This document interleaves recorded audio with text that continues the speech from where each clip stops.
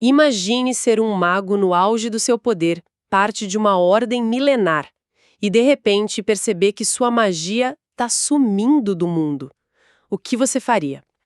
A resposta de um grupo foi, assim, drástica. Arriscar tudo pela imortalidade, virando vampiros. O problema, ao fazer isso, eles não só perderam a magia, como viraram o alvo número 1 de um clã inimigo ancestral. Essa é a controversa origem do clã Tremere. E essa decisão inicial, um ato de puro desespero, na verdade, desencadeia uma cascata de traições, de pactos sombrios e uma busca, assim, implacável por poder que redefine o mundo dos vampiros para sempre. Eles não entraram nesse mundo na ponta do pé, sabe? Eles arrombaram a porta. Hoje, a gente vai mergulhar na complexa e sombria história do clã Tremere do universo de Vampiro à Máscara.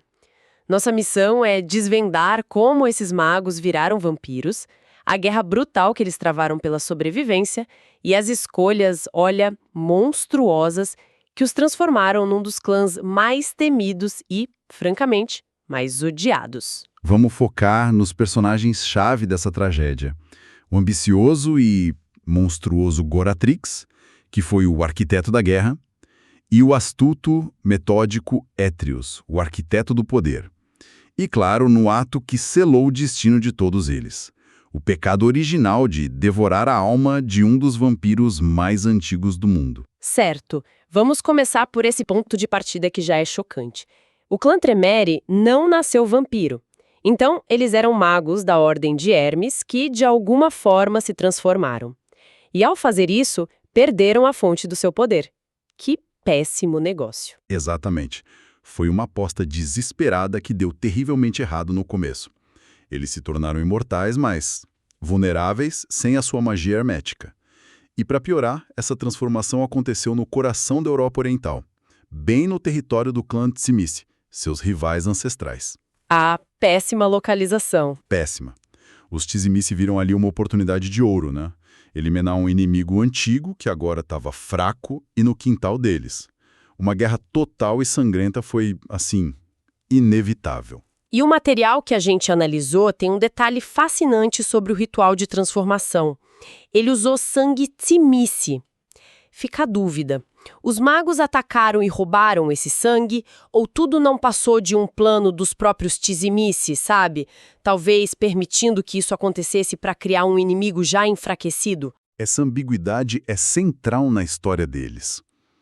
De qualquer forma, nesse cenário de guerra pela sobrevivência, surge a figura de Goratrix. As crônicas o descrevem como monstruoso e implacavelmente ambicioso.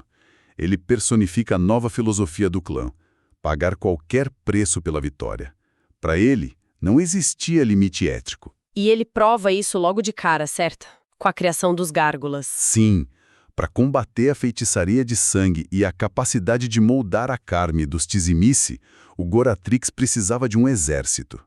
Ele fez o impensável. Sequestrou vampiros dos clãs Tzimisce e Gangrel e, através de rituais brutais, fundiu eles numa nova raça de servos grotescos e alados. Meu Deus. É preciso uma mentalidade muito específica para olhar para outros seres e ver eles não como pessoas, mas como matéria-prima. O Goratrix não era só ambicioso, ele era um industrialista do macabro. E isso, claro, rendeu a eles mais um inimigo mortal, os Gangrel, que nunca perdoaram o que foi feito com os membros deles. Enquanto Goratrix criava monstros para a linha de frente, o que o resto do clã fazia? Eles não podiam lutar só com as gárgulas. É aí que entra outra mente brilhante do clã, o Étrios. Enquanto Goratrix focava na força bruta, Étrios focava na reconstrução do poder arcano. E o fascinante aqui é que ele não inventou a magia do sangue. Os Tzimisce e outros clãs, como os Assamitas, já praticavam isso há séculos, de forma caótica, intuitiva, quase artística. Então, o que o Étrios fez de diferente? Ele transformou sussurros e segredos numa ciência. Ele pegou esse conhecimento arcano, fluido, e aplicou a rigidez e a estrutura da Ordem de Hermes. Ele codificou tudo em rituais, linhas de poder, círculos de estudo e hierarquias de aprendizado. Basicamente, ele transformou magia em tecnologia. Enquanto um Tzimisce levava séculos para dominar sua arte, Etrius criou um método que podia ser ensinado e replicado. Isso permitiu que o clã se armasse com um poder novo, organizado e devastador numa velocidade impressionante. Ele criou a taumaturgia. Mesmo com essa nova arma, a taumaturgia, eles ainda tinham um problema de status, não é? No mundo dos vampiros, a linhagem é tudo, e a deles era fraca. Exatamente. O fundador, Tremere, era um vampiro de 4ª geração, e seu círculo íntimo de 5ª. Na hierarquia vampírica, onde o poder flui do sangue mais antigo, isso colocava eles numa desvantagem enorme contra anciões de clãs estabelecidos. Eram vistos como novatos, usurpadores. Precisavam de mais poder, de sangue mais puro. E a solução que eles encontraram foi, de novo, a mais extrema possível. A mais sombria de todas: cometer diablerie. Para quem não está familiarizado, esse é o ato supremo de transgressão vampírica. Caçar outro vampiro e devorar não só o sangue, mas a alma, absorvendo o poder dele e diminuindo a própria geração. E o alvo deles? Ninguém menos que um antediluviano, um dos fundadores de clãs ancestrais, um vampiro de 3ª geração. Ao consumir a alma de um deles, Tremere não só se fortaleceria, mas se tornaria de fato o fundador de um clã, elevando toda a sua linhagem. A escolha do alvo tinha que ser perfeita. Atacar um Ventrui ou um Toreador no auge seria suicídio. Um Assamita. O sangue deles é literalmente veneno para outros vampiros. Eles precisavam de um alvo que parecesse vulnerável. E o Etrius, o estrategista, encontrou o alvo perfeito. Saulote, o fundador do clã Salubre. Um clã recluso, conhecido por seus poderes de cura e iluminação, não de combate. Em 1133, os Tremere não apenas atacaram Saulote. Eles executaram uma purga sistemática, caçando e exterminando todos os anciãos Salubre que encontraram. Foi um genocídio calculado para apagar um clã do mapa e tomar o seu lugar. Depois de tudo isso, de roubar um lugar à mesa à força, eu fico me perguntando, eles são mesmo considerados um clã de verdade? Ou são vistos para sempre como impostores? Uma mera linhagem que deu sorte? Como as fontes que a gente tem definem isso? O material apresenta os dois lados, o argumento para clã é pragmático. Eles têm um fundador de 3ª geração, disciplinas de clã próprias e o reconhecimento, ainda que relutante, dos outros. Especialmente dentro da recém-formada Camarilla, onde se tornaram um pilar. Na prática, eles agem e são tratados como um clã. Mas qual seria o argumento contrário? O argumento para a linhagem é mais purista, histórico. Eles não são um dos 13 clãs originais do livro de Nod, não são antediluvianos no sentido literal, pois não descendem de Caim da mesma forma. Eles assassinaram um fundador e roubaram seu lugar. Para muitos clãs antigos, eles serão eternamente os usurpadores. No fim, a conclusão é que eles conquistaram o status de clã pela força bruta. A legitimidade é uma questão filosófica. O poder que eles têm é um fato. E aqui é que a coisa fica realmente interessante. Durante a diableria, algo muito estranho aconteceu.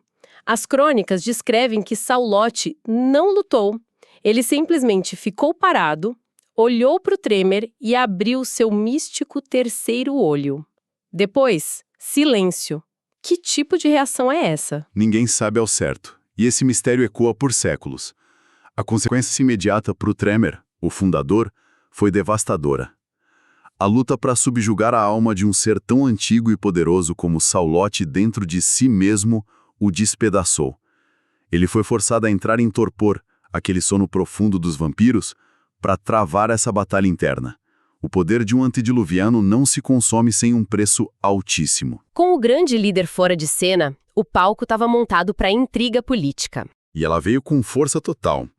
Etrius, o leal estrategista, assumiu como regente, consolidando o poder do clã na Capela Mora em Viena e criando a famosa estrutura piramidal dos Tremere. O Goratrix, por outro lado, se sentiu traído, deixado de lado. Ele manipulou a situação para ganhar o controle da França e começou a minar ativamente a reputação do Etrius, espalhando boates e criando uma facção rival dentro do clã. A primeira grande traição não veio de fora, mas de dentro. esse nível de planejamento, a forma como Etrius estruturou o clã, a maneira como Goratrix conspirou, é uma teia de estratégia e pensamento a longo prazo que é fascinante de analisar. Sem dúvida. É uma demonstração de uma capacidade intelectual e estratégica notável. Sabe, há uma percepção comum de que pessoas que se envolvem com universos complexos como os de RPG tendem a ter uma mente mais criativa, analítica e uma afinidade com sistemas e leitura. Há uma habilidade natural para entender regras complexas, planejar múltiplos passos à frente e visualizar consequências a longo prazo.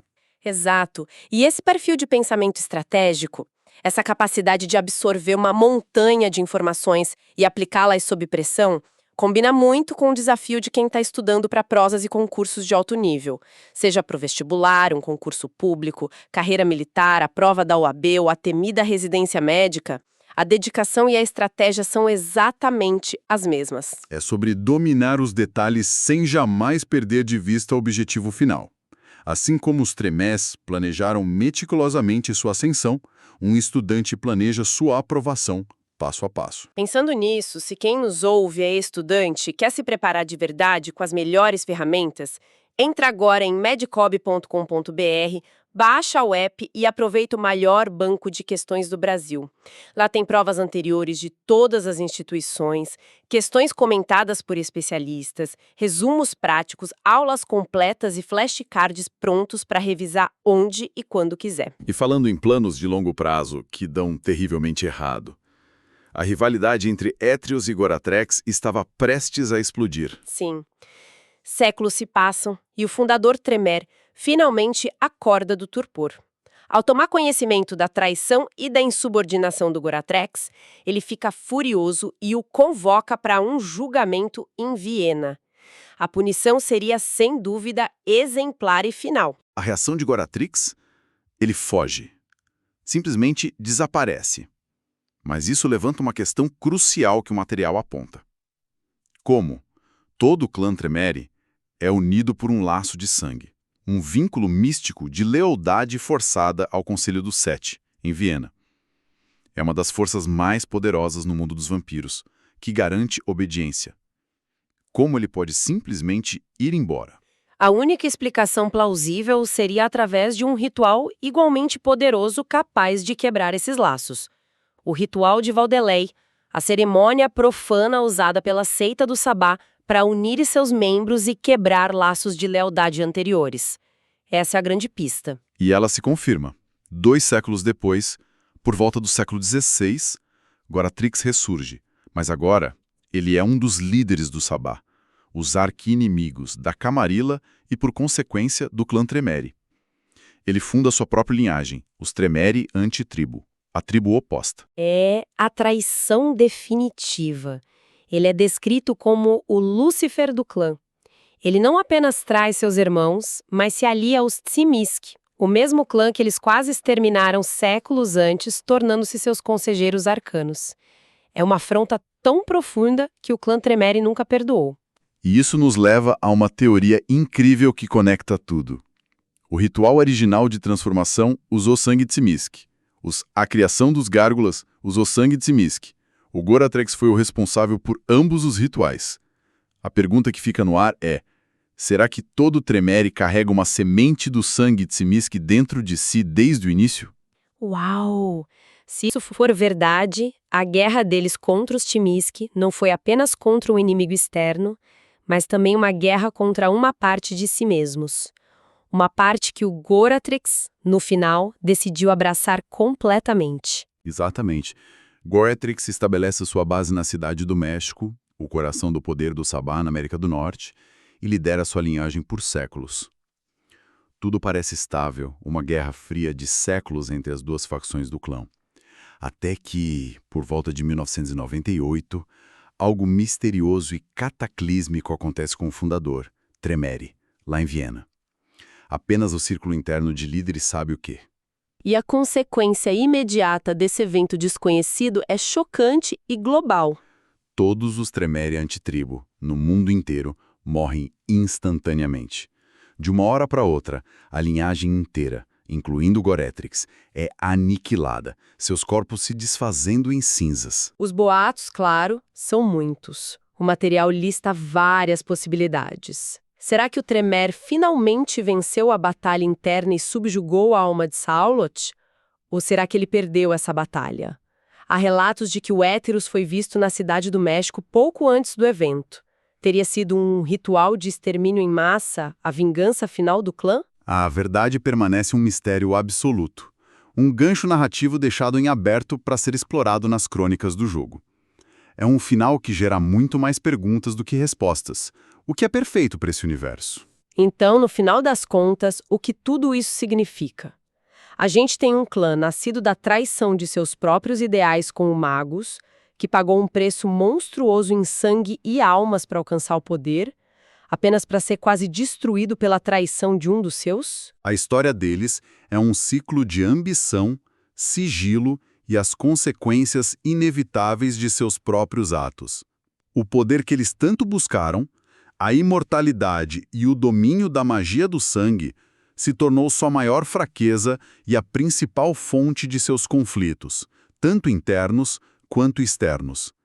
Eles construíram uma fortaleza, mas as fundações estão podres.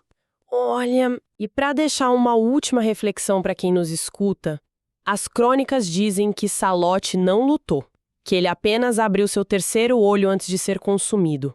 Considerando todos os rumores de que a alma de Saulot poderia ter, ao longo dos séculos, vencido a batalha interna e tomado o corpo de Tremere, e se a destruição dos Antitribo não foi um ato de vingança de Tremere, mas sim o primeiro movimento de Saulot no tabuleiro? Um ato de purificação, eliminando a linhagem mais corrompida de um clã que ele agora secretamente controla. O que significaria para o clã de magos calculistas ser, sem saber, liderado por um antigo curador com seus próprios planos milenares.